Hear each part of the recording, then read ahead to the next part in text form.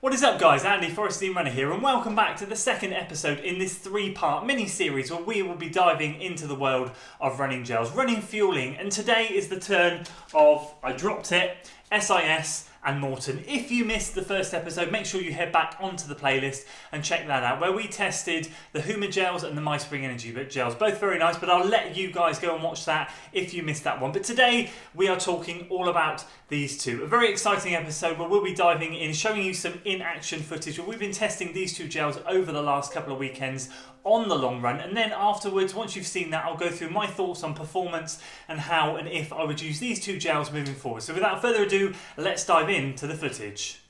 Okay, so we are out here with gel test number 3, and that is Science in Sport, as voted by you guys on Instagram. Today, I am testing out 3 of the SIS gels. Now, for those of you who don't know, I have used SIS before, but then last year I ended up finding out that I had candida in my stomach and I was having this permanent over fermentation, and these things never ever sat well with me. So it's going to be interesting today, now that that's all cured up and cleared, how these things now settle in my stomach.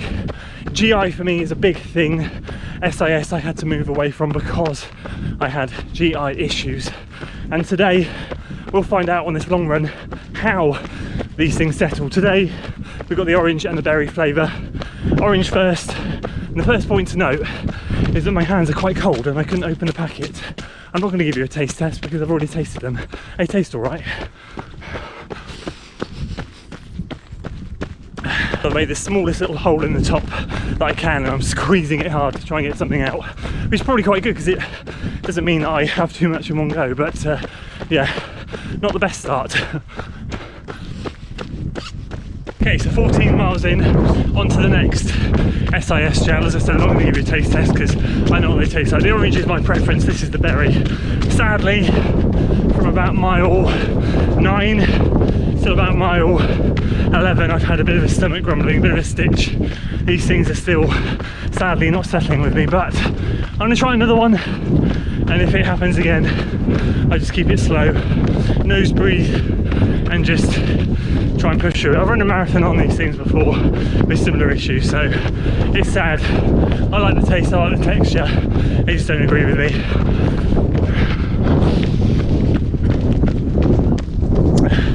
Yeah, berry flavour's good. So where I'm torn, they're a good gel, my stomach just does not like them. Okay, just coming up to 16 miles and giving you a quick update on the gel. It has not settled. My guts are going now. Stitches back. So sadly, from a GI perspective, these things aren't the best. Let's hope whatever we test next is better. Okay, so welcome to the 4th gel test in this marathon fueling series, and today we're testing out Maurten, the most highly anticipated one for me. 7 miles into a long run, gonna take the gel 100 now and the caffeine one a bit later. Let's get some first reactions, first impressions on this flavour. Lots of people told me it's like clear jelly, but it's amazing. Let's see.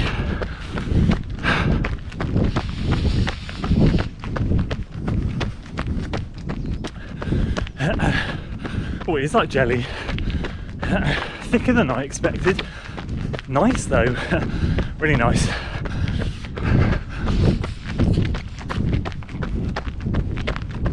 Oh yes, I can imagine having this. Something flavourless is actually quite nice.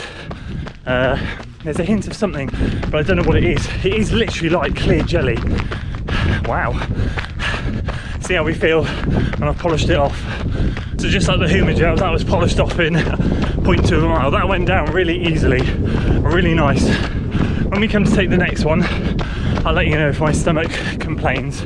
But so far, so good. I think it just took me by surprise. I didn't think it was going to be that thick. And when you're breathing quite hard, I don't know, I have to try it in a race. I think already I'm prepared to try it in a race because it's tasteless. It's quite nice, but yeah, it's thick. I had the last bit coming up a hill and I was kind of breathing a bit hard, trying to get it out, chew it and swallow it. It's not chew it, but it is like jelly. You kind of mush it in your mouth and then swallow it. But overall, Lovely, much better than SIS. It's a 14.5 miles in. My GoPro pole just broke. It is hanging on for dear life, very wobbly on the end, so if it's a bit shaky I apologise. Anyway, time to try the caffeine one. No GI issues whatsoever. Settled like a dream.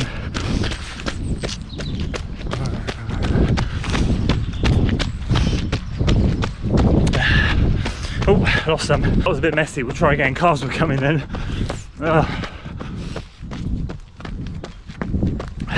Same texture. A bit more of a zing with the caffeine. I really like the texture. 2 reasons. It goes down well, but when you rip open the gel, it doesn't spray everywhere. You don't get sticky fingers because the gel starts to ooze out the top. Because it's that jelly-like consistency, it's just a little bit better. Yeah, I like that. That is very nice. Has gone down a treat.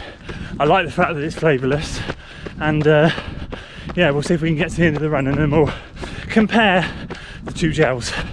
So contrasting emotions between these 2 gels, as you saw right there. I'm very sad with this thing because obviously it didn't do quite as well as I'd hoped, and the old issues reared their heads with these things. However, on the other hand, this thing did really, really well. So let's go through the GI and performance of both these gels, because it's not all doom and gloom for SIS. And then at the end, we'll talk about whether I'm going to use either of these things moving forward with further testing. So let's start with SIS. 60mg pouches, 87 calories per pouch. So again, very standard. A lot of the gels have around 100 calories per gel. So it's just shy of the 100. But, like the Maurten, this is 100, but still a decent amount of calories in each gel. GI issues, sadly, because I still got them.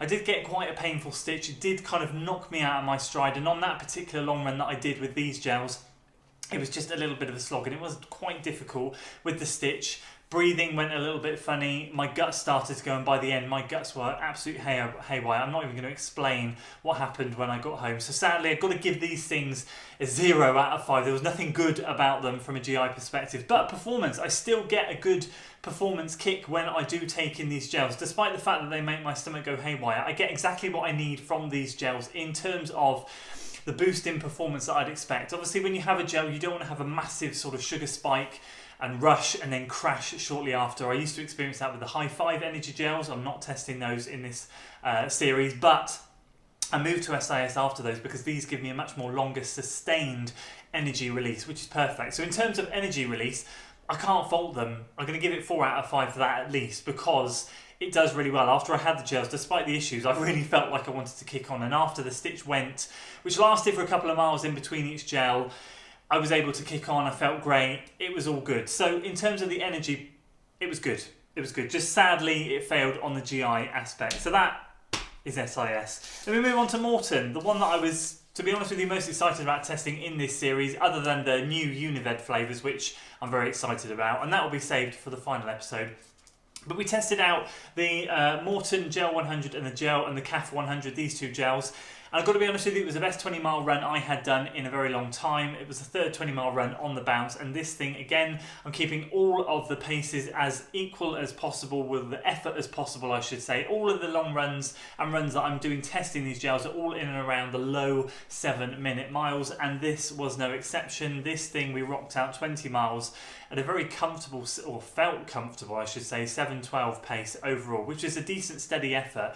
And I think these things contributed really well. In terms of GI issues, no GI issues whatsoever. Nothing. Went down a treat. Really, really like them. So from that aspect, that's the second gel out of the 4 that we've tested that have given me nothing. The Huma gels and these. The My Spring Energy was so close to giving me nothing, but just on the end, on that mango gel, I just had a bit of a twinge in the stomach, so I had to just knock that a point off. But on the whole, these things were perfect. 5 out of 5 for GI.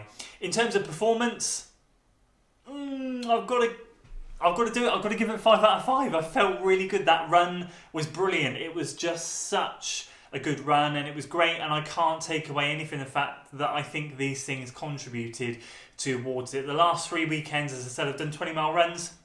They felt great. There's been no variation. The course has been this, well, the route has been this pretty much the same on each time, and I'm just getting quicker each time, which I know this consistency is key, and I'm getting into the training block, but these things, I just felt such a good, long, sustained energy boost after having it. And the funny thing is I didn't feel it instantly. I felt it about half a mile after having these things. And after that, I just felt from mile, which one was it? This one, mile 7 all the way up to 14. I just didn't feel like I needed this gel, but I knew that I didn't want to get into a slump and then have this when I was in a slump. So you want to carry on having the gels before you hit rock bottom. And then that carried me through, right through to 20 miles, to the point where I picked up the pace at the end of the 20-mile run, running from 7:10 average pace to then 6:46 mile 18, 6:38 mile 19 and 6:28 mile 20. So a progressive last 3. So in that aspect, they've got to get 5 out of 5. So the burning question, let's get to it. Will I be using either of these 2 gels moving forward? In short, no, yes. Very sad, but once again, these things have given me GI issues, and I'm not prepared to keep putting myself through the ringer with these things. I've used them long enough. They're great gels, and for those of you that they don't give you GI issues, I couldn't recommend them highly enough. They are really good, and they work for me well. They don't give me the sugar spike. They give me the energy that I need. It's just very sad that they just don't get on well with my stomach. As for these things, yes, I will be taking them further. 10 out of 10 from a scoring perspective. That was a 4 out of 10, sadly.